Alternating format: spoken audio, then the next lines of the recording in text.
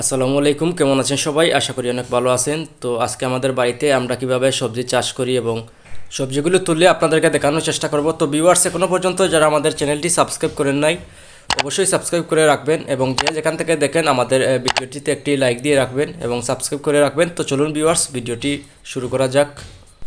তো দেখতে পাচ্ছেন ভিউয়ার্স, আমাদের যে বেলকনিটি রয়েছে, এই যে আমাদের বেলকনির কিন্তু দুই দিকে দেখতে পাচ্ছেন আপনারা, এখানে কিন্তু আমরা সবজি চাষ করি। দেখতে পাচ্ছেন এখানে কিন্তু অল্প কিছু জায়গা রয়েছে এবং এপাশেও কিন্তু অল্প কিছু জায়গা রয়েছে দেখতে পাচ্ছেন। সেই অল্প জায়গার মধ্যে কিন্তু আমরা সবজি চাষ করি। তো দেখতে পাচ্ছেন আমাদের সবজিগুলো।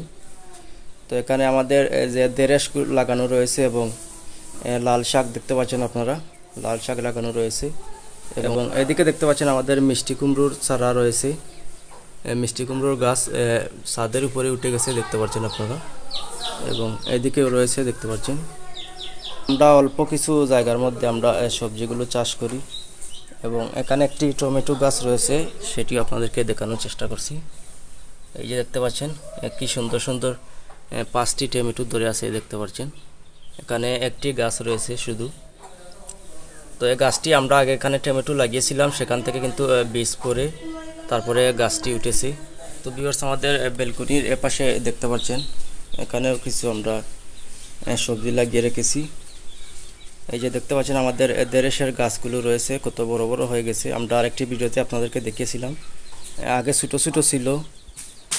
আমাদের যে পাট শাকগুলো ছিল, পাট শাকের মাঝে মাঝে কিন্তু আমরা দেরেশের চারাগুলো লাগিয়ে রেখেছিলাম। তো দেখতে পাচ্ছেন সম্পূর্ণ গাছে কিন্তু দেরেশ রয়েছে। আপনাদেরকে আমি দেরেশগুলি তুলে দেখানোর চেষ্টা করব। এবং এপাশেও দেখতে পাচ্ছেন কিছু মিষ্টি কুমড়োর গাছ রয়েছে, আমাদের ছাদে উঠে যাচ্ছে দেখতে পাচ্ছেন। এবং কিছু কিছু গাছে কিন্তু ফুলও রয়েছে, মিষ্টি কুমড়ো ধরবে। তো চলুন ভিউয়ার্স, আপনাদেরকে আমি দেরেশগুলো তুলে দেখানোর চেষ্টা করছি।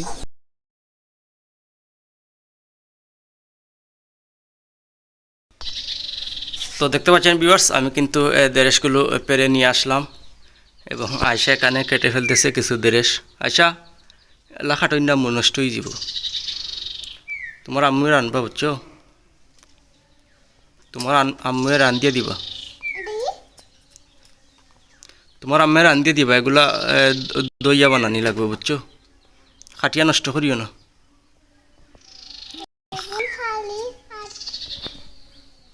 খালি কিতা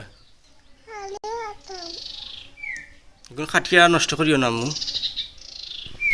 এবং সামনের দিকে দেখতে পাচ্ছেন ভিউয়ার্স, এখানে কিন্তু আমরা আরও বস্তাতে কিছু সবজি লাগিয়ে রেখেছি এবং আদা লাগিয়ে রেখেছি। আপনাদেরকে আমি কাছে নিয়ে দেখানোর চেষ্টা করছি। এবং এই যে দেখতে পাচ্ছেন আমাদের গড়টি রয়েছে, গড়ের কিন্তু দুপাশে কিন্তু আমরা এভাবে সবজি চাষ করি দেখতে পাচ্ছেন। অল্প কিছু জায়গা, 4 হাতের মতো হবে দেখতে পাচ্ছেন আপনারা।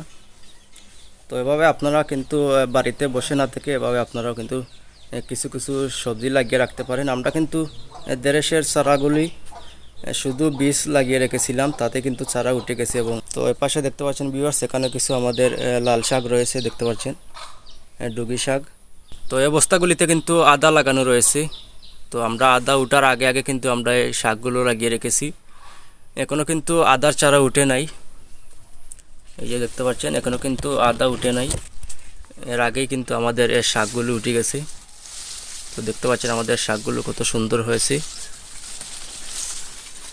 তো এভাবে আমরা বাড়ির আঙ্গিনা এবং ঘরের সামনে উঠানে এরকম কিন্তু আমরা সবজি চাষ করি।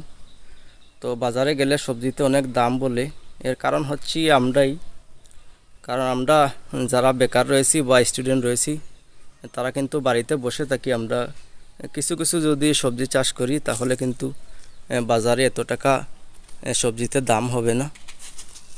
তো এপাশেও দেখতে পাচ্ছেন ভিউয়ার্স, এখানেও কিন্তু আমাদের পাট শাক লাগানো রয়েছে। এর আগে পাট শাক লাগানো ছিল আমাদের যে গড়টি রয়েছে, এখন যে দেরেশ লাগানো রয়েছে এপাশে এবং এপাশে, দুদিকে কিন্তু আগে পাট শাক লাগানো ছিল।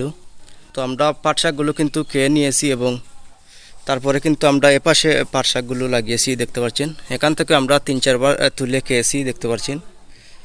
এবং এখানে একটি মাচা তৈরি করে দিয়েছি। এটি হচ্ছে আমাদের যে গড়টি রয়েছে, গড়ের সামনের দিকে দেখতে পাচ্ছেন। এবং একটি মাচা তৈরি করা রয়েছে। আমাদের বাঁশ কিন্তু কম, আমাদের বাড়িতে বাঁশ নেই, এজন্য কিন্তু আমরা ছোটো ছোটো বাঁশ দিয়ে এভাবে মাচা তৈরি করে রেখেছি। এবং এখানে দেখতে পাচ্ছেন কিছু জিঙ্গা লাগানো রয়েছে। তো দেখতে পাচ্ছেন জিঙ্গা জারগুলি, এবং এই মাঝখানে কিন্তু আরও যে কারকুল রয়েছে, তারপরে শশা, এগুলোর কিন্তু এই জার রয়েছে, চারা রয়েছে, এগুলো উঠতেছে। তো ভিউয়ার্স, আজ এ পর্যন্তই। ভালো থাকেন সবাই, আল্লাহ হাফেজ।